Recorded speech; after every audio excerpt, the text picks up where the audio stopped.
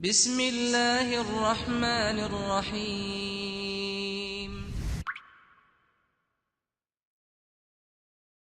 أعوذ بالله من الشيطان الرجيم بسم الله الرحمن الرحيم الحمد لله رب العالمين والصلاة والسلام على رسول الله صلى الله عليه وسلم رب اشرح لي صدري ويسر لي أمري واحلل عقدة من لساني يفقهوا قولي. Assalamu alaikum wa rahmatullahi wa barakatuh, dear brothers and sisters, and welcome back to Islamic Oasis Live. Alhamdulillah, today we're honored to have our dear brother, Dr. Abu Atallah, calling in from Indonesia. Alhamdulillah, he's somebody who has also accepted Islam this month. As you know, we're bringing you all these stories of people that have accepted the deen, people who are sharing their stories about how they found the truth. So, inshallah, we're just going to hop right into it. Dr. Abu Atallah, how are you doing today? Assalamu alaikum wa rahmatullahi. I am doing well. Thank you for inviting me, Brother Zain Ahmed.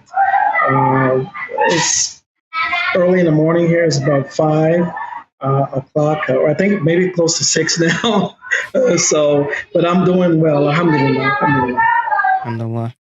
Might be as good as place that I need to start off the discussion. How long have you been Muslim now? Oh, that is a good question. I have to really count, but I trace when I first took my Shahada was in 1990. I believe I was a sophomore in high school. So since 1990, how many years is that? This is when I first entered Islam. This is More than 20 years. long time. Yeah, mashallah. Yeah, so about half my life I've been Muslim actually. So, mashallah. So, what is your background? Like, where were you? You're born in America. What is your background like, culturally, religiously? Let's get into that first, I guess. All right. I am African American. That's one thing that you can say. African American or Black American or African, depending on what you want to say. But I grew up in America. So I was born in the South. I was born in Atlanta, Georgia, and grew up in Chicago, specifically where I went to high school, a bachelor's degree at UIC, DePaul University, and finally completed my doctorate at Loyola. But the religious background, as typical of African Americans, Baptist, Christian Baptist, growing up in the South, most Southerners would tend to be Baptists of African Americans. And so I was raised in this sense religiously. My parents divorced early on. I don't really even have recollection of them actually being together. And later they would remarry again. So that's another long story. But basically, you have a single African American Black woman raising my brother and I. That's pretty much the phase that I kind of was in America. Mm. And so you can look at all the dynamics of poverty, of struggling with racism. Is there some type of connection between Atlanta and Chicago? It seems like a lot of people from Atlanta moved to Chicago around this time period. Yeah, so I don't know if I discussed a particular time period, but I think I came in the 80s. So I think when you study that historically, you'll find that there was a migration from the south toward the north early in the U.S. history because African Americans who were freed from slavery, went to the north looking for better opportunities. So you do find that trend, and I guess since it's been a flow of those who are looking for opportunities in the north, and now what I hear, there's a flow of those who are moving back down south, and so or even moving out of the country as I have done. But I think that you've had those ebbs and flows of migration involving African Americans in America for some quite some time. That has been that way. I guess I was asking, it's because I'm curious. I think it's important to ground like these things within a certain context, right? People find Islam in different Absolutely. times, different places, for specific reasons, right? And that influences their attraction to the Deen, their you know will to look for more. Absolutely. And as if we just take a step back and we go to how I converted in the first place, and actually I think it's interesting to start there. But yes, within my cultural background, originally from the South, Atlanta, and then my mom migrates for personal reasons. She wants to be close to her mother, is what she told my brother and I, my older brother he's an important figure in my conversion. Mm, So we are actually when we come to Chicago, we're living on the west side of Chicago. So you can say, well, I was born in Atlanta, Georgia, maybe like the south side of Atlanta. Then I migrate to Chicago, my mother and my brother. And so on the west side of Chicago, I'm seeing drug dealers. I'm seeing a different life that I didn't see in Atlanta. I'm seeing, um, you know, the ghetto in a different sense of that I'm seeing connected to the poverty, connected to the gangs, connected to the drugs, connected to those social experiences. And so eventually, we moved from the west side of Chicago. My brother and I and my mom, and then so my mom remarries a Nigerian individual. So we started living on the north side of Chicago, from the west side to the north side of Chicago. mm, One day, my older brother, and I don't know, I mean, this is really something because he actually he passed away during the pandemic. In Allah, wa inna ilaihi raji'un. But he gives me the autobiography of Malcolm X, right? This book, like, he gives me the book. mm, And what is really interesting is that I don't recall him preaching. I don't recall him saying, you know, uh, you got to read this. This is the proof. This is this. Will this? He just gave it to me. And when I'm in the eighth grade, so that's when I, start to read actually and know about some of Islam. So we're gonna ask the question: when did I first hear or know about Islam? It came from this book, like many people. So this is in the eighth grade. So I don't know. This is I go to high school in 1989. So this is 88, 89, right? And in 89, 99, 102, I go through high school. And so in the eighth grade, this is book, and then I cannot stop reading it. And what uh, got my attention is what you're saying in terms of the social background and the historical missions that make me, identify with his life as African American, as someone who was living in the inner city, as someone who he involved in his thinking, and so I think uh, I was a part of that trend. And when I researched this, how many people converted in the 90s, and so they estimate between 25 to 50,000 people. This is just an estimate of mm, people that during this period of time, there was a consciousness. There was hip hop. There was Arabian Rakim. There was Public Enemy.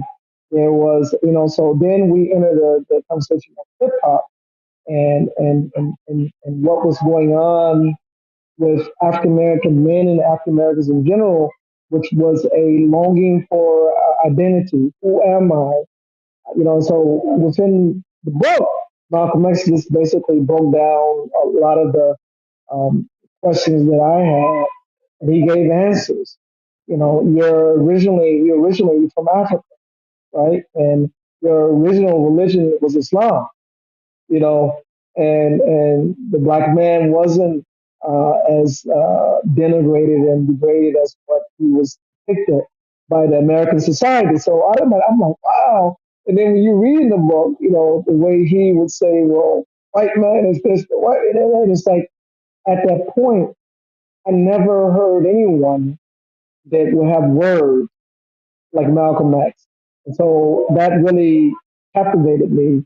That really was something that it broke my mental chains of a lot of things, and a lot of things we talked about from, the pig is the dog and everything grafted, the rat, from, who taught you to think this way, where is your original place.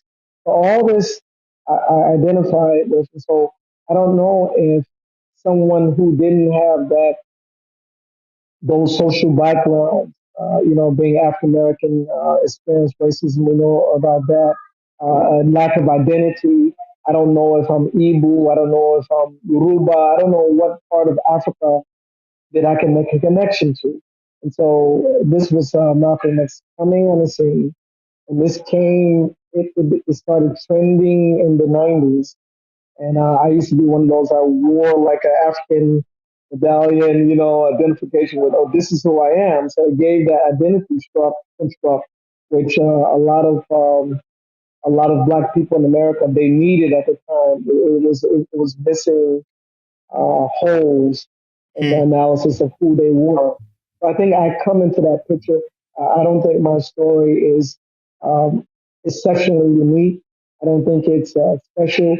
What is interesting, and I heard a little bit of your interview with Khalil, is that how one takes this information, how committed and how sincere they are to, if they're presented that this is the truth, do they really take it to heart? Is it something that I can never run away? I can't just walk away. Oh, I heard this.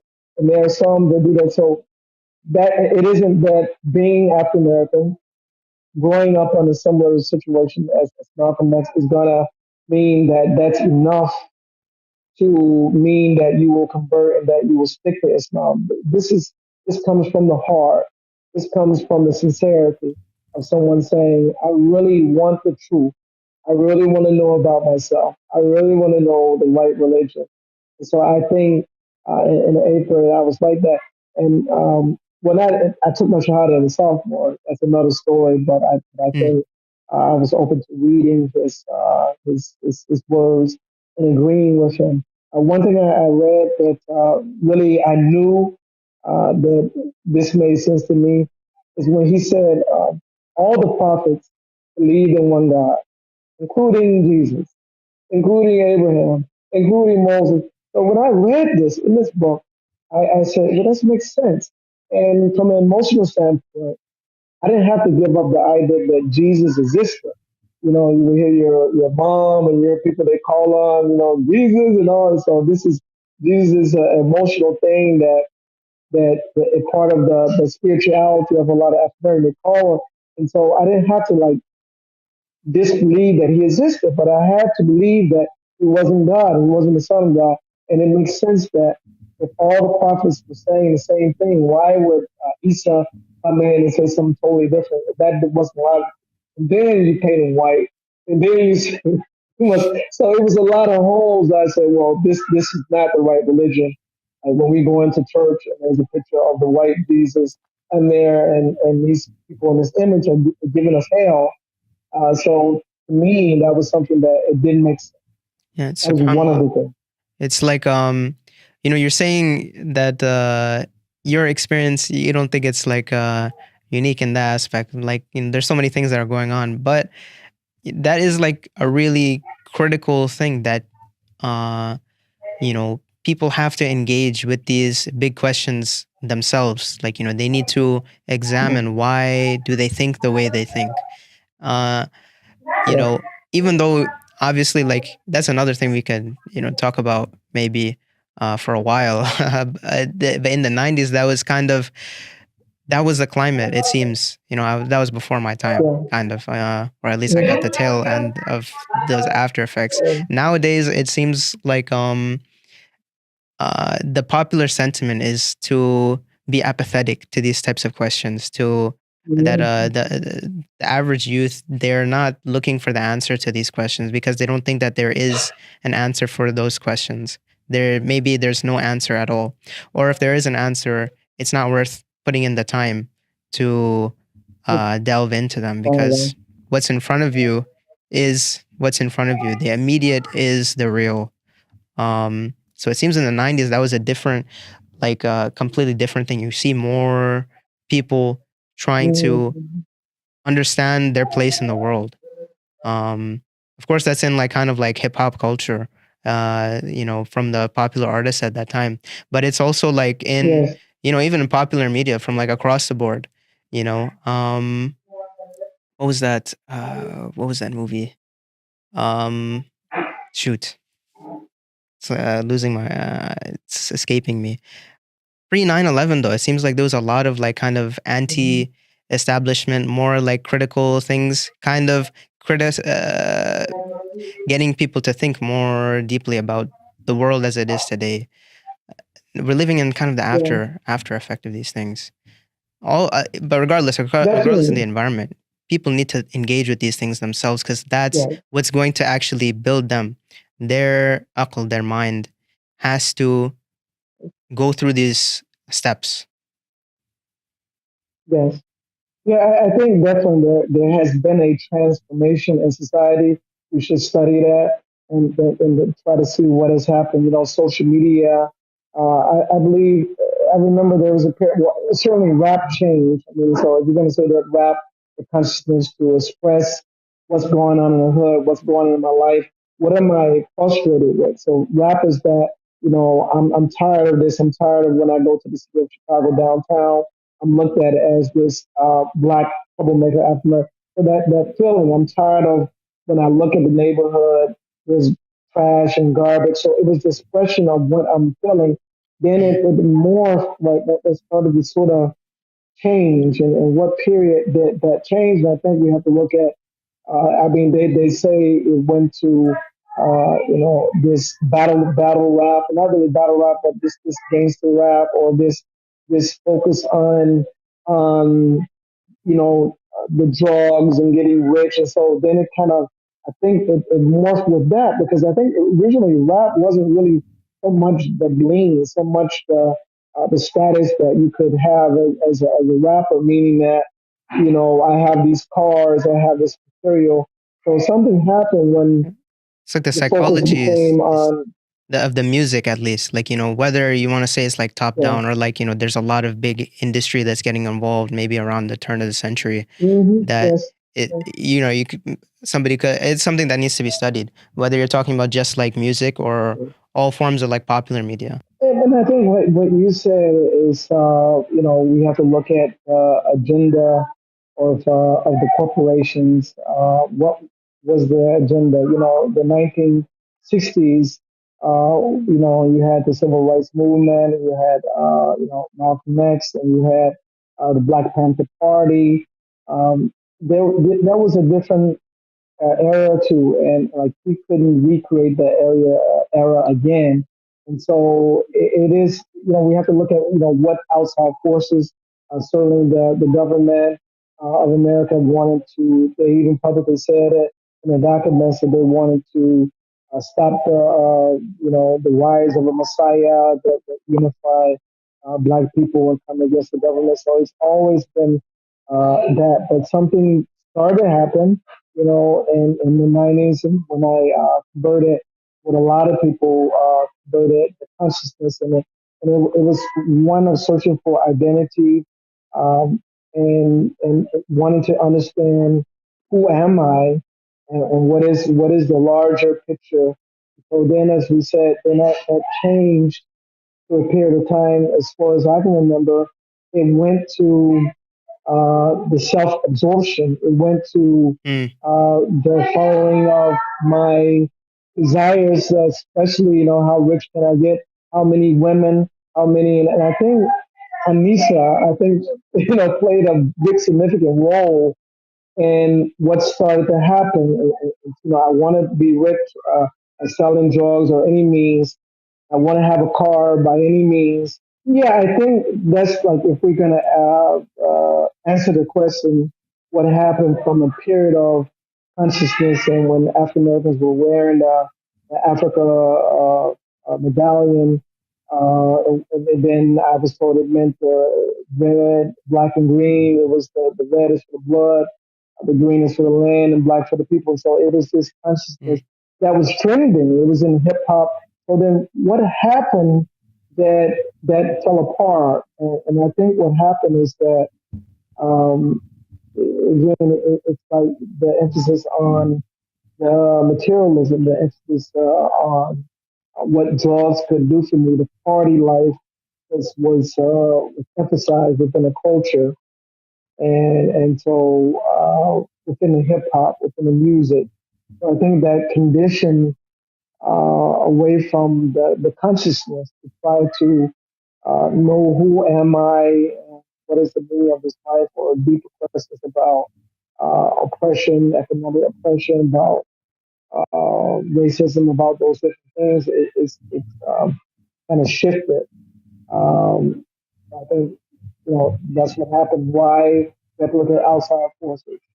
Let's take it back to, your story. So now you're reading the biography of Malcolm X, and it's really sticking in your mind. Yeah, but I think again, and I think a lot of African Americans kind of went through this path, and we have to kind of back it up.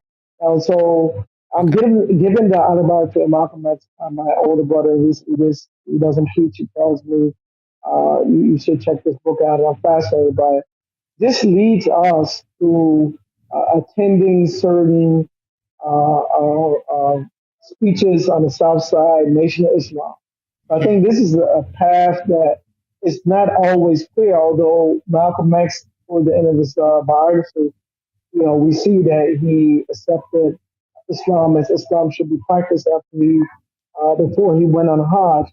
But before that, I think some they still see the speech of the Nation of Islam, and so I think that influenced me after reading the book. It did. And it's at one point I thought to myself, and the influences aren't from a Afrocentric or from a, I'm black, I'm proud, these different things that Malcolm has said. You should be proud of your nose, proud of your skin, proud of this and that. And so people will look at this as like a black nationalism, but this is something that was uh, the Africans in America, the blacks in America, they have to understand it. They definitely need to understand that this is not. I am not bad if I'm black. Like in fact, the nationalists don't flip that. So I attended certain meetings. I heard Farrakhan, and I was thinking like, this is it. I didn't consider myself a Muslim, but I consider someone who would attend the Nation of Islam, read the books, read Afrocentric books, and they have the Quran through a different translation of the Quran. So many African Americans, they initially come this way.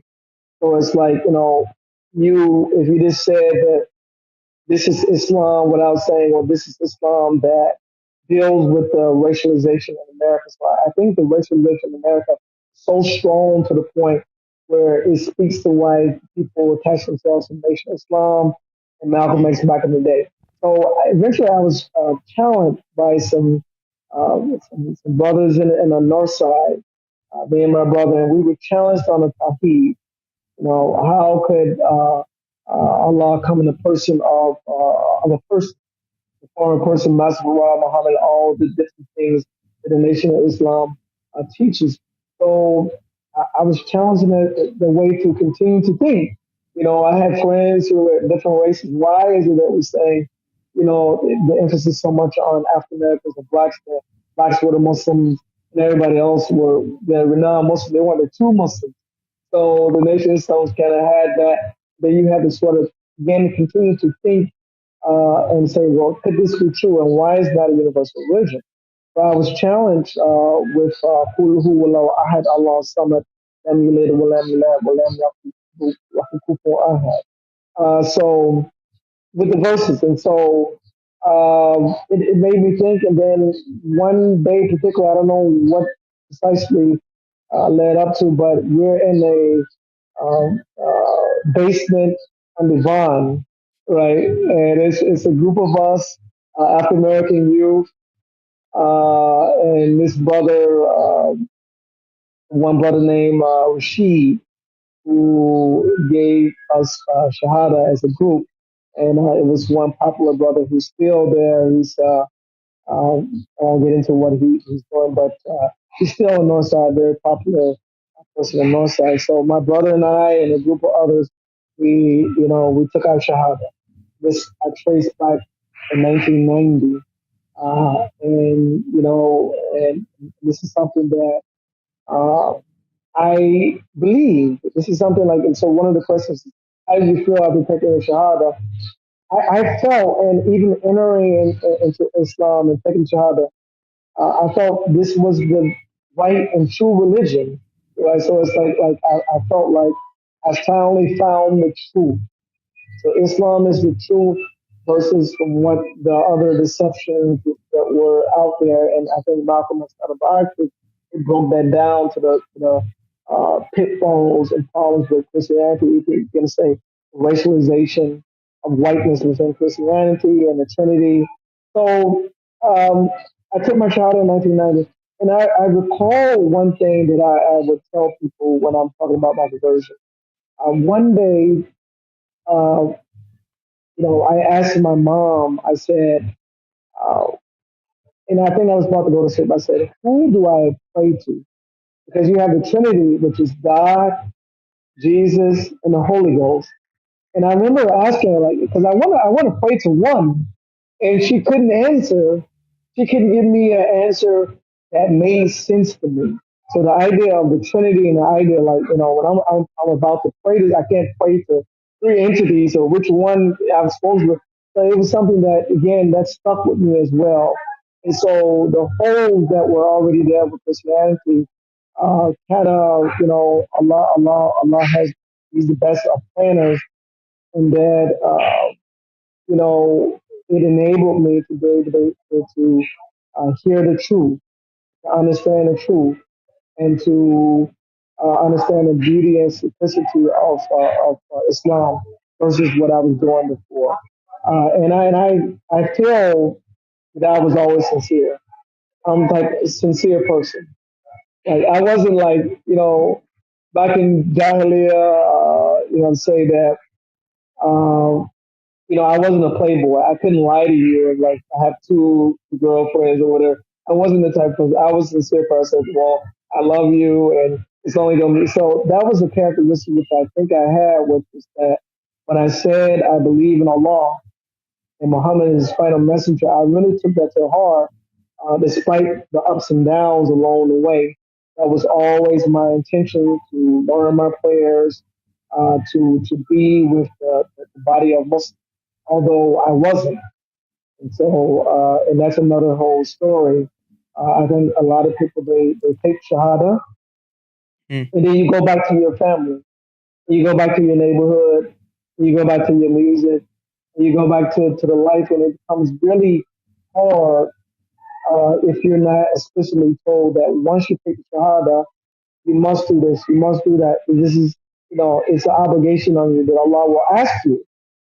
So I think like, at least when I became Muslim, is that sometimes it's this softness on convert that he's taking the shahada. Okay, it's cool. No, he's taking the shahada, and we need to follow up with getting him married, uh, uh, getting him to the masjid, getting him really practicing Islam.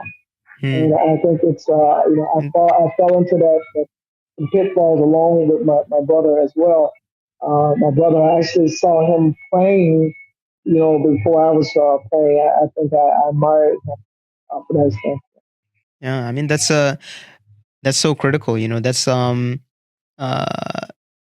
like, we have to pray every single Friday in Jama'ah, even outside of Mm. Friday. 5 Salah, it's like, at least in Hanafi school, like it's so important. Like you need to go to the masjid for your 5 Salah. If it makes a habit, if you make a habit that you're not doing it, then it's like a serious thing, It's having that community, having that like kind of like network around you is so key. And like Yes. the Sister Alia, I think last week, or she was saying something to the effect that you know her view was, after she like started practicing, she wanted to basically be like a one man army, like the Sahaba. Like the Sahaba, when they're in Mecca, it's such a beautiful Mashallah. phrase, right? Like when they're in Mecca, they really had to be like standing on their own 2 feet, solid. And Rasulullah Sallallahu Alaihi Wasallam, I mean, they're getting their tarbiyah from him. So it's like, if you are like if you're like that, then in any situation, inshallah, like you'll be solid. But the Jama is there, like all of these communal practices are there because it's tough, and people need to have that ta'aleem type of process where they're learning things and being integrated with this way of life that they've accepted. Absolutely, 100%. And you know, we as Muslims, we need to embrace, especially the converts, and so what kind of tends to happen is that, because again we kind of talked about this, our own ethnic group, our own clique, and so we break down into these ethnic cliques. And so the convert, the African American or the white American or Latino American, they may not have uh, you know, uh, those affiliations. It may not be so easy for them to assimilate uh, into the various cultures. They may not be actually accepted. And so that's the one thing that's kind of like, it's unfortunate, but that can happen too. And then, I remember one time, just to tell the story, that I was looking to get married at one university. UIC, I will say that. And I went to a brother. I said, I want to get married. I'm looking. He said, okay, my mother knows a lot of sisters. And then like he came like the next day or whatever. They said, brother, I'm sorry. They said that you should find your own community. It's like, because it may be problems with talking to the parents, and talking to the grandparents, and all this. So you're kind of pushed outside of the Jamaat, because the Jamaat is essentially kind of ethnic, but it is, we have the Desis, or we have the Arabs, or we have the Nigerians, or we have the different. And so that's the unfortunate thing that a convert will face, unless he has a community of converts. He's going to be going to the Daisy Mashes, as I did, and it's not going to be an open dialogue, because I think back then maybe you didn't have as many children Mm, that were in America, that kind of grew up in America. It's going to take it more, so that it's rare that someone is indigenous to America, and so that can also impact the convert's life. And I think in a way it did, but alhamdulillah, that um, that I am here today. That's the basic thing about it. And central to why we stick around, why we are a one man army or whatever. It is that, again, I want to save myself, not necessarily anyone else. And Allah said in the Quran, we will be um, competing with one another, even your mother, even your father, even mm, your child, to save ourselves from the hellfire. So if I look at it like that way, if it's crystallized, if it's explained to me, that's the reason why you do this. No one else. So if you have to be that one man army or one woman army, save yourself from the hellfire and to enter Jannah, well, that's important. So I think a lot of sometimes converts are not explained to Islam this way. And just to be fair and honest, a lot of the Muslims who were born to Muslim families don't even have the understanding. Right? I'm here in Indonesia, and how many have a strict, clear understanding of that? I'm going to hold into Islam because it saves me from the hellfire, not because I'm Indonesian, not because of my culture, not because of my mother, not because of my father. And so you'll find that, unfortunately, a lot of the non-converts, they are kind of they adopt Islam in that way as part of the family, as part of the culture, and not really as part of the aqidah that saves me from the hellfire. That is the right way, so we can't blame anyone. So we say, alhamdulillah, that for those who are still standing and carrying Islam as what we should carry. After you'd accepted Islam, alhamdulillah, at least you had your brother. MashaAllah, it's amazing that both of you guys able to take Shahada even at the same time. What was that like after you guys had basically accepted the deen? If I say that is true, then I have to act like it's true. What was that? Well, I'm sure it was a process, right? so Yeah. yeah, a process, and I don't know if it was so clear like that because my brother, may Allah subhanahu wa ta'ala forgive him as he shahada and as I he mean, yeah. practiced Islam, as what he practiced. But I think the temptations, and this is a big problem of the society, and the relaxed nature of thinking that many have, that they can easily drift back into the old ways of life. One exception will be, I don't eat pork.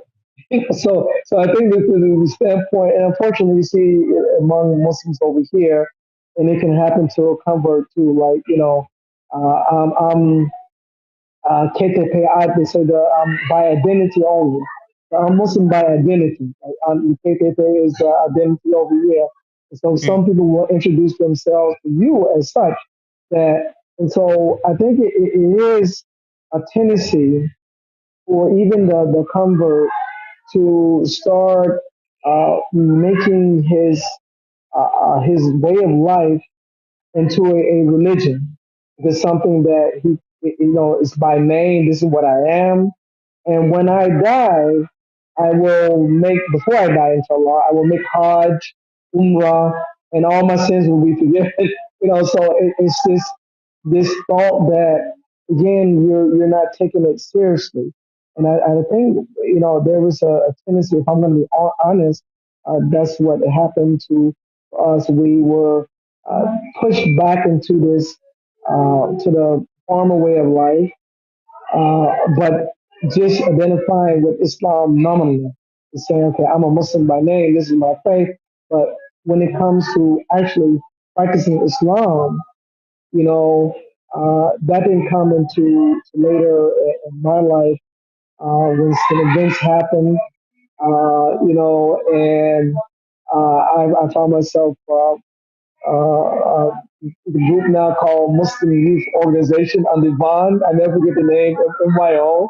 So, and how that comes about is that, I'm working at Dominick's at the time. Dominick's doesn't even exist anymore in Chicago, but it's a food store chain. So I'm working there, and I see this one Indian girl, one Desi girl, So I kind of like, I'm interested in her. Maybe I talk, and so she directs me toward her brother. Yeah, it's very interesting, and I still remember the brother's name, Safar. And he called me. He did. It was a form of dawah again to me, and it was during the month of Ramadan. So he invited me over to say, "Come on, brother." And it's interesting his wanting to do dawah to me again, right? I was Muslim nominal, but I really wasn't really practicing at all. So then I went. Uh, and then, I prayed with the brothers, and, I ate with the brothers. It was starting to be this community of brothers who embraced me and allowed me to be with them and called me and pulled me to say, come on, let's pray. Let's learn the prayer. Come on, let's do this and do that. And so that happened. And then, soon after I met UIC, the MSA, and that was really critical to me solidifying, my practice in Islam was being a part of the Muslim Student Association at UIC. And, going to, back then, the MSA was on the eighth floor. I would go up to the eighth floor. I would see the brothers. We would have these conversations, live conversations. I met brothers. It was just this association with Islam. The MSA was really a big thing. And it's interesting that when I talk to Muslims in the MSA, and they said, well, high school, I wasn't practicing either.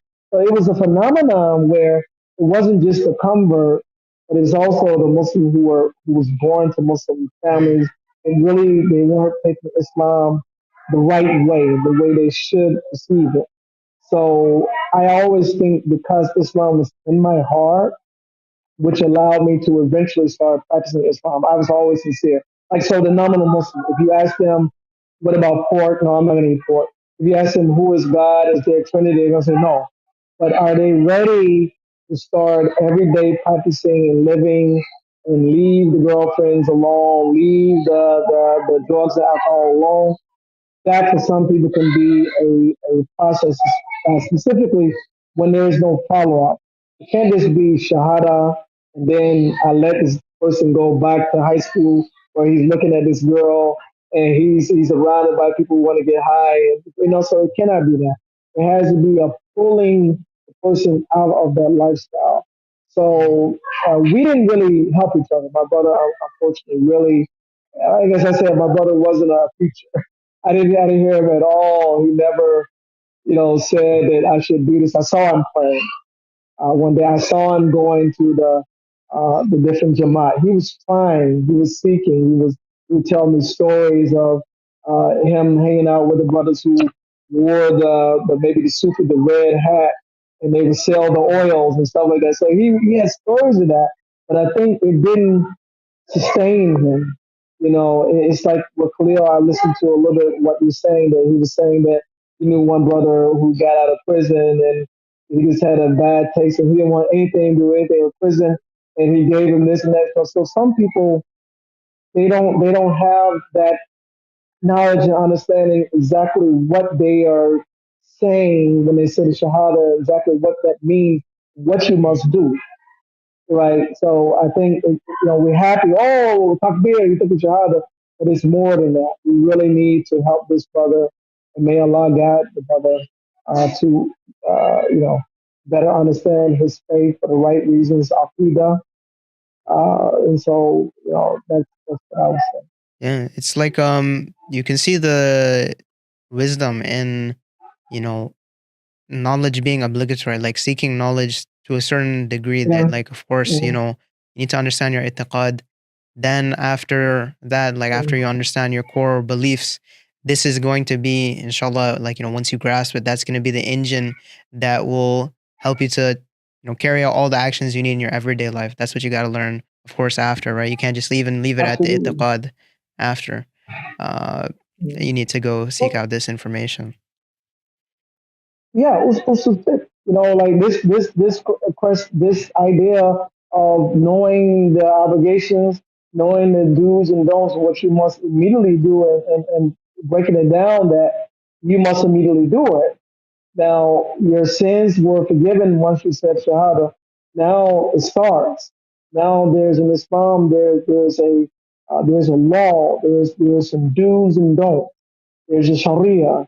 There's also the fiqh, related Mm, to everything. And so I think for a lot of people, maybe they consider, it's this babying is pacifying that, like we're so afraid that they will run away from Islam, or we feel that just because they took the Shahada, that will save them from the hellfire. I remember it was some brothers who said that, okay, at least I got my Shahada, so I'll come out of the hellfire. So this thought that, at least but have them uh, say the Shahada, so they'll be, so that's really a wrong concept that Shahada is enough. No, Shahada is the start in the understanding the obligation on you. And that's not just for the convert. That's for the Yeah, Muslim world. definitely, That's for of course. everything. And that, like the Muslim, the entire body of Muslims, like in that phase that it's like I can apply the Sharia later. I can apply the Islamic society later. But this right now, just let him istiqama, as they say over here. Istiqama, istiqama. What is istiqama? So and it's this that's repeated, the inner self, and not the application of of Islam, and living according to the law. So this was a process of me understanding. This is about me reading more and more about Islam, specifically as it relates to for lack of a better word, and I would recommend it to convert. Get that book about what's an obligation, what's not, what's hard, what's bad, and then live their life according to this. That's the Mm. most important book. You know, next to the Quran, or with the Quran, because the Quran, you're just reading, and you're getting the stories, and you're getting, the Tawheed and Iman, but the practice of it, the application of it, is a little bit different. Yeah, subhanallah. It's the obligation is for every Muslim, really. Like, whether they've like just accepted So, Islam, like you're saying, or they were born Muslim. You'll stand by yourself on Yom Al Qiyamah. We need to make sure that we're developing. absolutely, not a deep contemplation. Islam is deep, and the Quran is deep, and it's that contemplating, that considering my life, and then the part of the obligation. Then there's something that if you say you believe, then you should carry out. You should be doing these things. And I think, yeah, we need to continue to push our youth, push ourselves. Islam isn't static. Like so, oh, I took this, I believe this, I'm Muslim. No, I think it is dynamic, and I think it's something that we have to reaffirm every single time when we feel discomfort and we don't want to get up from Fajr, when we Mm, maybe don't want to fast, and we don't want to do the obligations, and we don't want to lower the gaze, or we lower the gaze. But this test, do I believe? Do I believe what Allah subhanahu wa ta'ala has said? And do I believe that He is seeing me and I will stand before Him and I deny that? And can I say that I created myself or somebody else created me? It's Allah who created me. So that means there's accountability. There's something that He commanded us, His hukum, to do, or not to. And so part of that's just that simple, simplistic understanding of that, and I think we have to carry it in all our actions.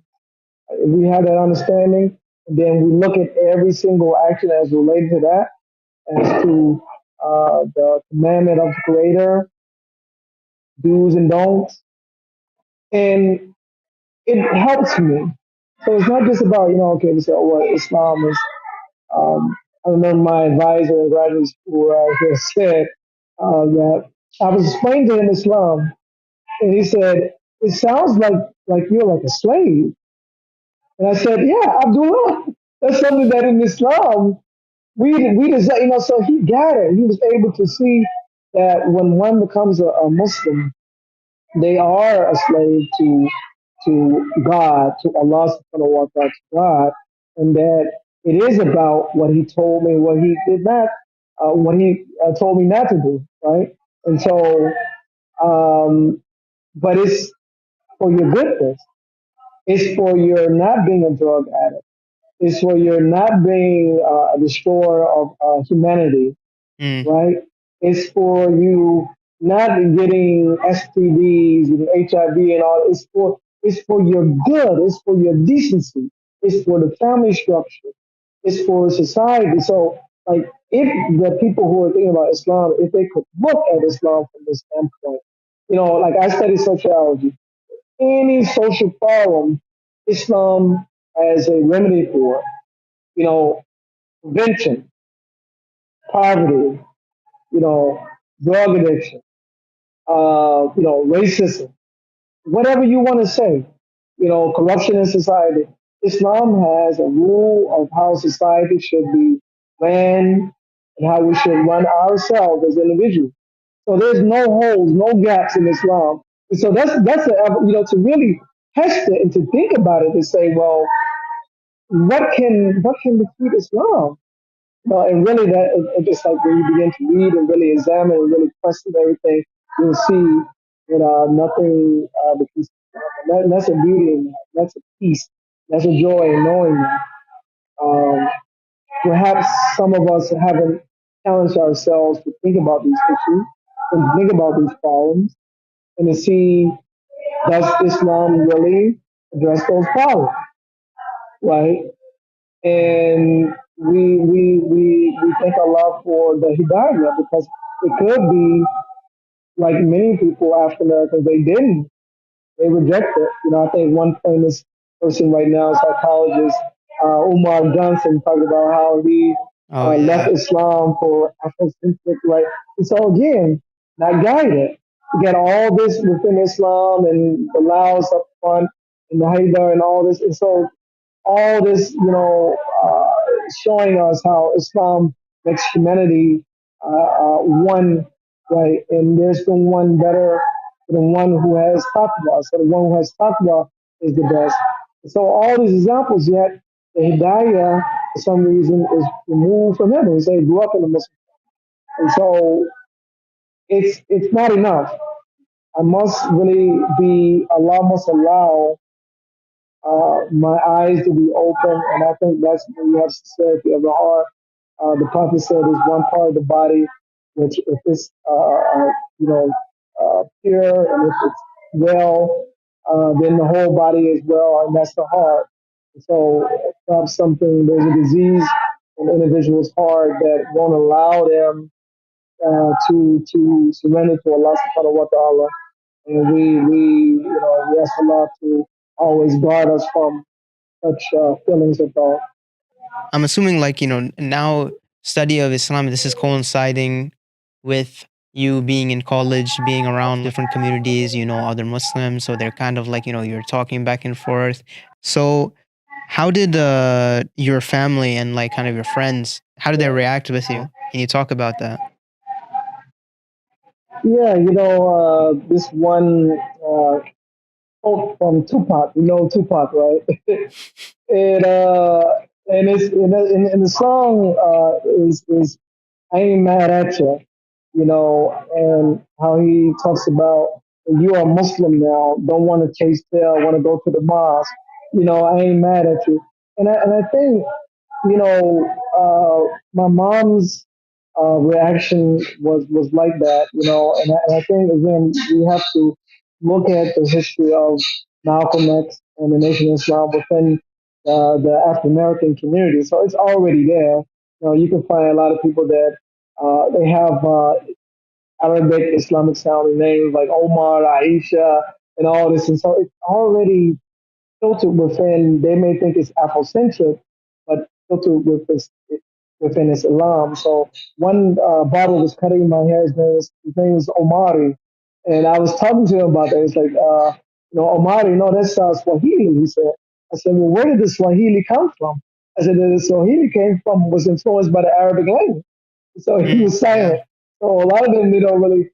And so within the African American community, I mean, the Nation of Islam was there. You will find that, Kareem Abdul-Jabbar was there. Muhammad Ali was there. And so this long line of figures within the African community that were Muslim. So I think that kind of it's a different feeling. They see it as being, as Tupac said, you're making yourself righteous. It's not that you're taking on a new belief system that's different Hmm. from Jesus and whatever, but you're actually doing something positive. And I think within the urban hood, Muslims are looked at as positive. They're looked at as sincere people. They're looked at as people who don't play, Even Richard Pryor, had a skit. He was talking about, the Muslims, you don't mess with the Muslims if you go to prison. And he said you get one of them upset and they're ready to take you to Allah. They're going to go to Allah and take you with them. And so within the African American community, there is sprinkles of Islam. And I think we can connect that because, again, it's estimated that the number of Africans that were brought over um, from West Africa, they're saying about 500,000. This is to Yeah. 1.2 million of the African that were enslaved were Muslims. It could be even larger than that. And so you'll find that again, Malcolm X is touching on this in his autobiography. He's saying, "Who? Where did you come from?" He said, "Yeah, you came from Africa. What religion were you? You were Islam." Before the white man made you into Christian. So again, that resonated with me, and that was part fact. When you read the documentation on that, that is fact. And a lot of the Africans that were brought over to America originally they were Muslim, and it's so it the family reaction wasn't strong against my brother and I. The father, when I did reconnect with him back in Atlanta, he said that he wasn't happy. And he wasn't thinking about it. Like, what does that mean? And I consider that like part of the ignorance that he had, and inshallah, Allah will remove that from him. Sure. My mom, she took a shahada. I had that in my family. My auntie who passed away in Allah she took her shahada. Her son who passed away took his shahada. So Inshallah. it's been bits and pieces of my family that they acknowledged that Islam was the correct way and it's the Shahada. So that was also that kind of neutralized any friction that I had. My family, I wouldn't say they were like diehard Baptist Christian people anyway. So going to the church I don't think anyway. And I think if you describe a good percentage of the American people, they're like that. They're not really diehard going to church, living by the Bible. They're not really doing that. They're just identification is of a Christian. Identification is of others. And so that gives us room as Muslims to get in there and talk and help them maybe suggest things they can read. And that's my message on that. I think Allah said, "Ikra bismi rabbika alladhi khalaq," right? So it's just, what my brother did, this here, Mm. here, just read it. Like, here's the Quran, here's this. If you care, if you have the energy, if you're not distracted, if you're committed, read. And you will come to the conclusion. It's impossible not to if you're really if you really have your eyes open. You're looking at the Quran, you're looking at what Islam says, you're looking at all what you experience and have lived by. No holes, no gaps in Islam. Islam is clear, 100% from Allah subhanahu wa ta'ala, and it's going to make the individual and society better. Mm. I challenge you to say one thing from the Quran when we're reading in Ramadan. How could you dislike Muslim when you're reading with the Quran? Allah is telling you nothing but devotion to Allah, nothing but don't worship, don't do shirk, nothing but the stories of those who believed in Allah and said La ilaha illallah. The stories of purifying themselves, the stories of fighting for Allah. So there's nothing that you can look in and say, well, this is bad. This is something that is bad for Mm. humanity. It's bad for society. You can't find, and so sometimes I'm confused about that too. Why don't more people,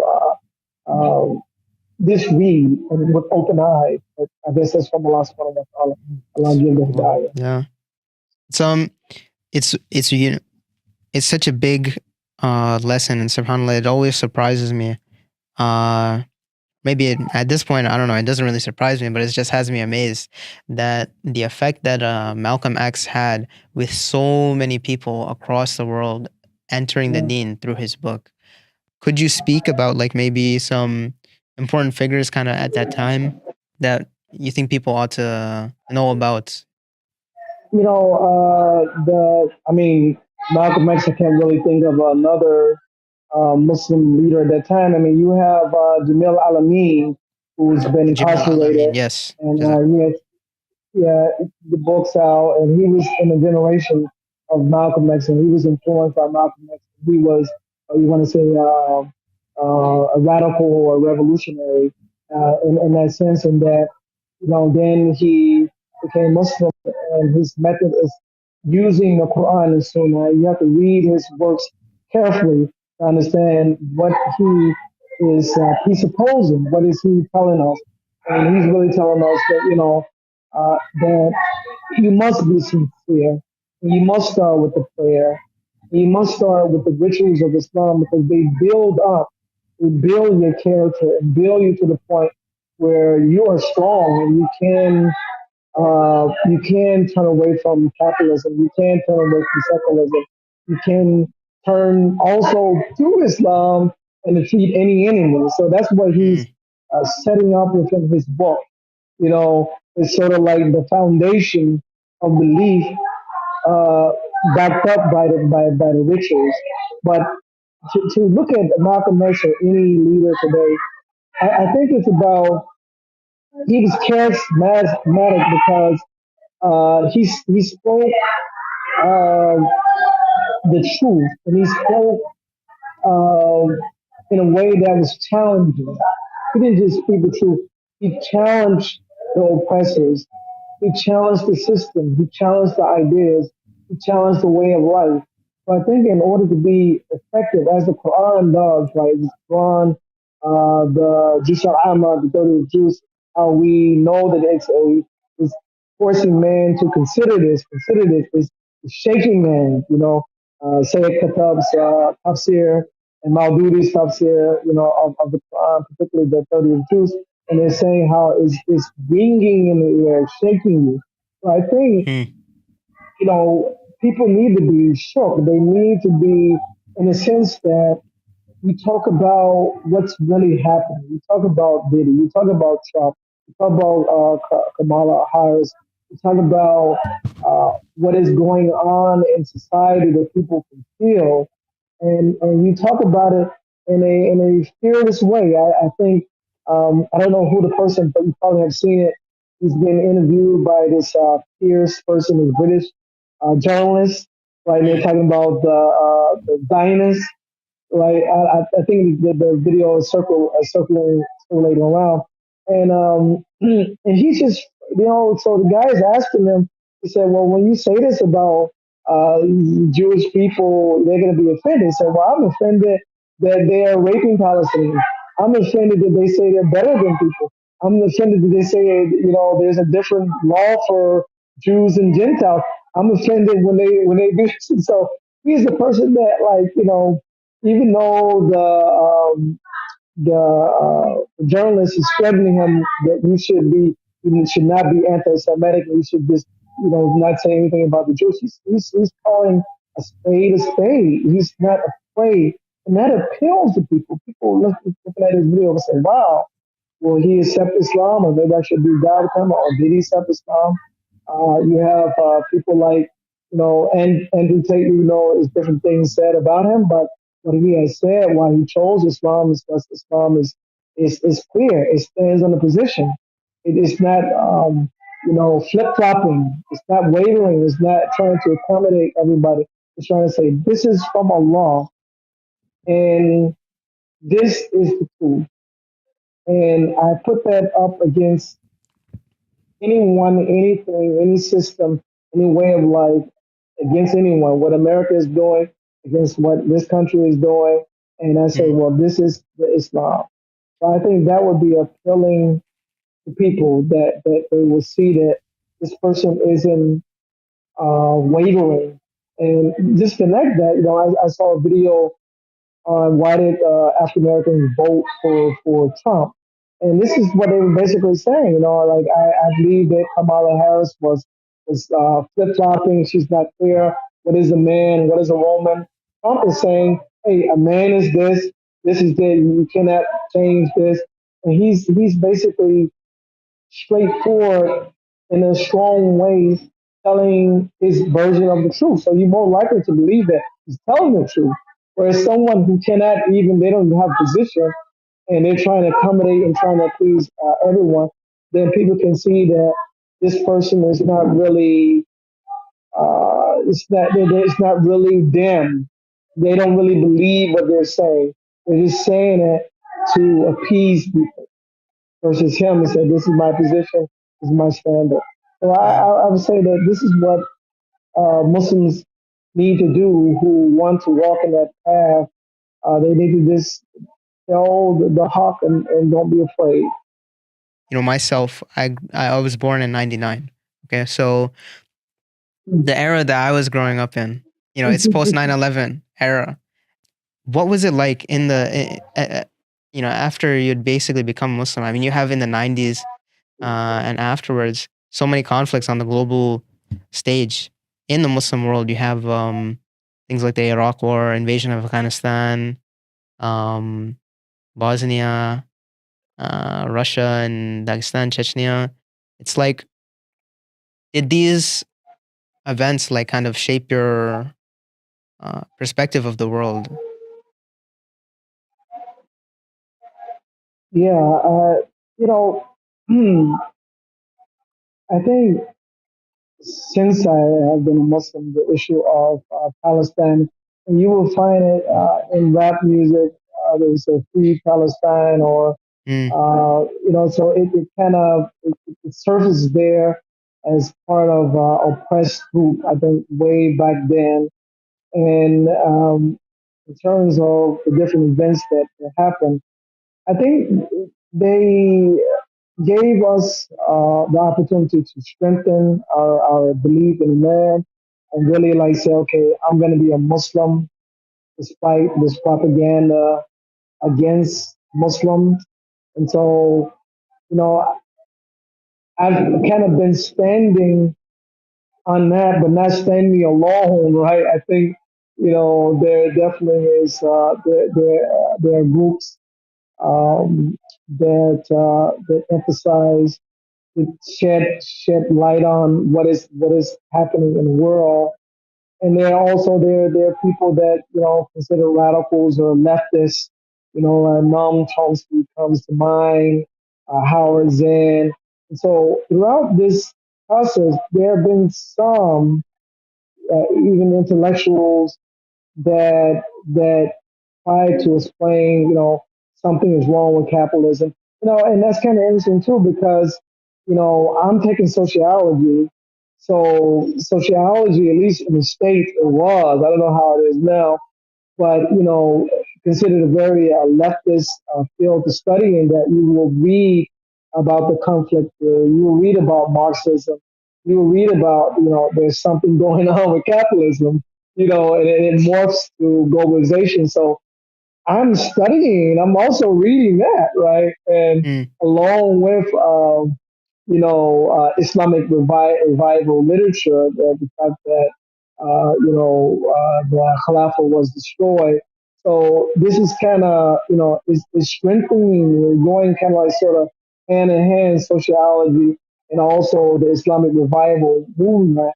So um, it was never a point where, like, I remember one time I asked my advisor after I spoke at a conference. I spoke at a conference in Chicago a while back.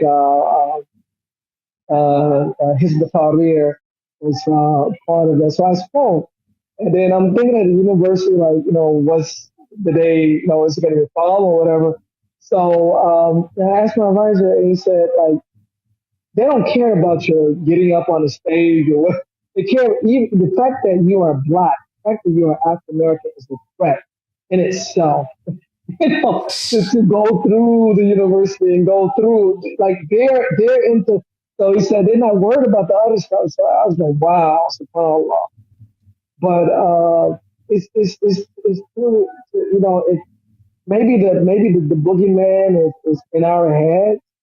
You know, maybe the fear is there and is not really real. I think if you explain yourself what you're about, as we see now, there are a lot of non-Muslims who see what the Zionist state is doing Yeah. and who are on the side of see the justice. So what is interesting? So why are we as Muslims afraid to address that issue, and they can? And so I think we need to challenge ourselves and say we have a right to speak out for justice, and we have, you know. And so then it's things that come into play with a lot of the migrants that came to America, Muslim migrants, and they care about, they would tell you, they care about their right to stay in America and a better life.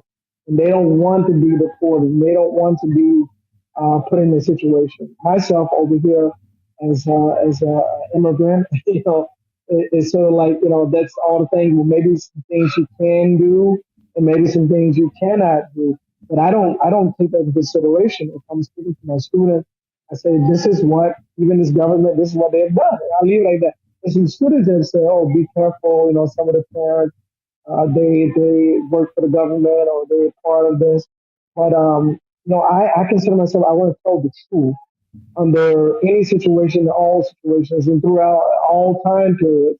You know, we are responsible for carrying the truth. I know this is the truth, and you know, we know the Hadith, the master of martyrs is Hamza, who says a word of truth, and he's killed by the tyrant ruler. So it's so much, you know. Again, we read about Islam. The idea of being a shaheed, being a martyr, is a blessing. By the way, Malcolm X was a shaheed. He was Mm. assassinated. So, you know, you see that, and that's interesting too, that a lot of the people who have spoken the truth throughout history, they're not really, you know, they're either locked up or they were assassinated, from Martin Luther King to many that you can say the Black Panther Party, Huey Newton, Fred Hampton. So, you know, that's the path. But I must ask myself as a Muslim, why would I be scared of this path if I say Allahu Akbar? If I say Allahu Akbar, you know, and that would kill me when I would leave the masjid sometimes. Allahu Akbar, Allahu Akbar, Allah is the greatest. And then we say, well, take this leaflet on revival of the Ummah. And they say, no, I cannot do that. So you know, they would tell you, brother, you know, be careful and all. So so when you say Allahu Akbar, you know, when you say Alhamdulillah, what exactly does that mean? So I kind of noticed that there was a lip service, but not really the heart to say, you know, in Allah wa in Allahi raji'un, la hawla wa la quwwata illa billah. So I will put my trust in Allah, you know. You know, Bismillah tawakkaltu ala Allah. Let me put the trust in Him. I believe in Him. Allah is the one that gives life, causes death, and to Him I will return. So if that is what early on, you know, I want to be a radical.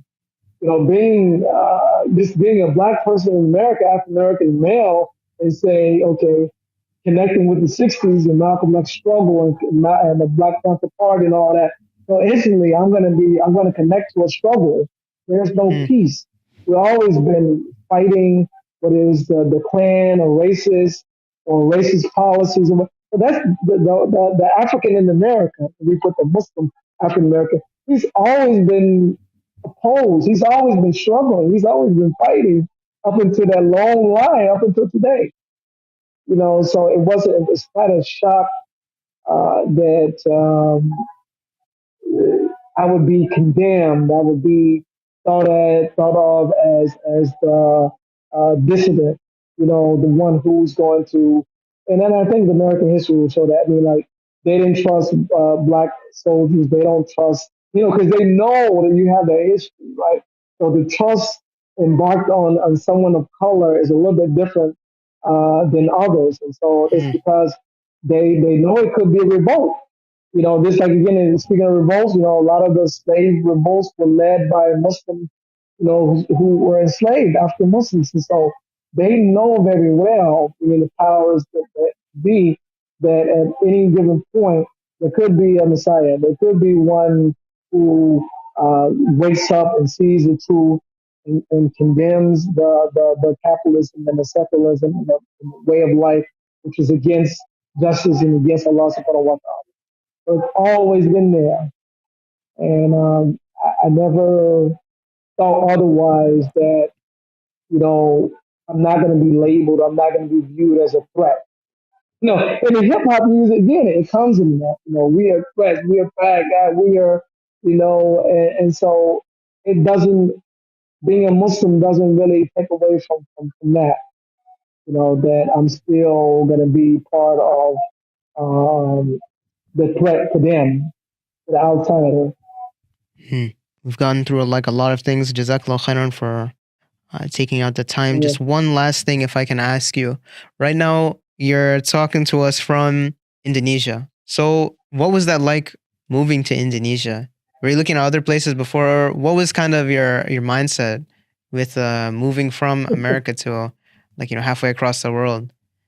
A massive Muslim country, Yeah, right? But such a major change. What was your mindset behind that?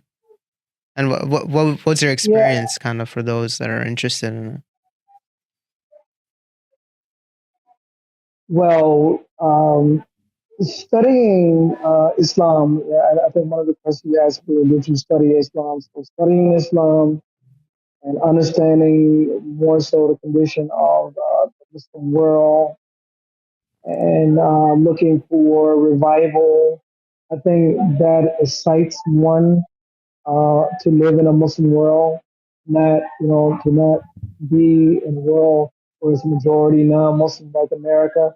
And so I think you are intrigued in the back, you're excited by this idea that I would just leave America and go to the Muslim world, enjoying the revival. So I think that in the back of my mind, that is what it is going to Arab world or even a Desi world, Pakistan area. It's going where where you view it as like majority of Muslims, and so the idea of revival should be easier for them because they're already Muslim. I'm not saying become Muslim, I'm saying just apply your Islam, just apply your Islam. So in the back of my mind, that is always a thought. I ended up in Indonesia not really intentionally. I came here actually to get married, and I did that. And along the way, things happen, and I question going back to America, return to America with my family and wife. I said, why would you take from a majority Muslim country and take your wife to a non-Muslim country where she's going to be dealing with that? So I think again, this is it, this is I'm thinking about this. So certain things happen where it tied me to Indonesia. My wife was. I came back and forth like a few times, and the last time I came, I had a fellowship to study in Indonesia, so stay here for like 3 months or whatever. So during that period of time, my wife was pregnant. They said, "Here, she was pregnant now." She had not yet finished her education. The plan was that she would finish her education and come back to America with me, but she hadn't yet finished. She was pregnant, so it was this idea: what should we do? She finished her school, and also, do I really want to take her back to America? I was questioning that. So I finished my doctorate, and I got a connection to work at a small university here, and the rest is kind of like history. I ended up like I had a return flight back to America. I think it was like May, and then the return trip was like going to be in August, something like this. And I never got on the plane. I just didn't get on the plane. I didn't ask for a refund. I just didn't board the plane. I ended up staying there. And, the idea was like, I could learn the Islamic sciences, I could learn the Arabic, I could learn Bahasa Indonesia, And so in the Muslim world, so it was the idea of the struggle to remain in the back of my head and to experience something different than in America. I know how you're going to be divided and individualistic and all these different things and isolated as Muslims. Muslims are all over the suburbs. They're all over. It's no enclave of Muslims. So I made a decision to just stay. So then, it's gone back and forth. Or I'm going to go back to America, or I'm going to, for the most part, because now I have family here. I'm pretty much, I think I'm set here. I don't see myself going back to America. So the experiences, again, it's predictable experiences with, and I had this knowledge of the Muslim world that, you don't have Sharia, but you don't have Islam basically, in that you have an Islamic state, that Sharia is applied in laws and all that. So I'm well aware of that. And I think the experiences of that, they can be pushing, they can be, the traffic and different things and different other things, the cleanliness of the country, and so forth and so on. And just, I would say, the awareness of the people of Islam and the knowledge of people of Islam, we can say, is one of the common people is sort of low. It's not what it could be. There are answers as to why this is. So people would say, well, you're in the majority Muslim world, and I see these problems over there. So I think they have to know the history. They have to know colonialism. They have to know agency, the fact that Western colonial rulers they put their system in place. People can still see the Dutch system here, right? The Dutch organization of the streets in East uh, Java. You can still see the domination of corporations and McDonald's and Burger King and all this stuff, and Subway. You can still see that here.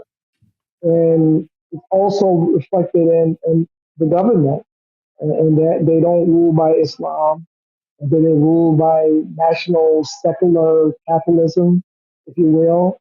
And so this creates a problem with the resources. It creates a problem with taking care of the streets, taking care of the poor, providing certain things that the Islamic State were providing. So I have that knowledge, and so it's not like you criticize the country without that knowledge, without that context, without that history, And one thing I told to my students, new president of Indonesia, Prabowo, was talking to Trump, and so he makes a phone call to Trump. That was videotape, and he's so docile. He said, "Yes, sir. Yes, sir.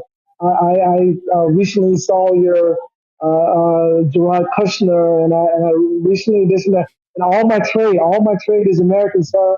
All my trade is American, sir. So that's thinking, and I freeze it. I let my students see what is the relationship like with the superpower, and so Hmm. uh, we aren't free here. The idea of freedom is called, the word is merdeka, but people know that it's not freedom here because you don't control the economy. You don't really have an industry here, and the fact that it's still very weak, the country, compared to a free country. So that's the reality. It's potential here. It's potential for struggle for Islam. It's potential for revival. But it's a process. As I said, I started with a process where it's a process here too. We are converting, but we're trying to get Islam up to par. Where we're being able to live all of the hukam of Allah, all the ahkam of Allah. You know, um, so that is what the process. Sure. Jazakallah khairan, Dr. Abu Atallah, Yeah. taking out the time. I know it's kind of early when we began, but alhamdulillah. That's okay. I think it was Barakallahu beneficial, inshallah. May Allah subhanahu wa ta'ala put barakah in the time and the effort. Those of you that are watching online, those of you that are interested in Islam, those of you who are new Muslims, at the end of this month, on the 30th in November, like we were saying from before, we're going to have a conference titled "What is Islam All About?" So inshallah, stay tuned for that. That's going to be a great resource for those of you that want to learn more about the Islamic beliefs and the practices, the worldview. Um, it's kind of meant to be a comprehensive look at Islam. So that will be an all-day conference and it will be streamed online. We'll catch you next week, inshallah. Jazakumullahu khairan. All of you that are tuning in, may Allah subhanahu wa ta'ala guide and preserve all of us and our families and our loved ones on this blessed deen that Nabi Sallallahu Alaihi Wasallam has brought. May Allah subhanahu wa ta'ala support and grant victory to this deen of light everywhere throughout the world. Ameen thumma ameen. Jazakumullahu khairan again. And we'll see you guys next week. Assalamu alaikum wa rahmatullahi wa barakatuh. Wa alaikum salam.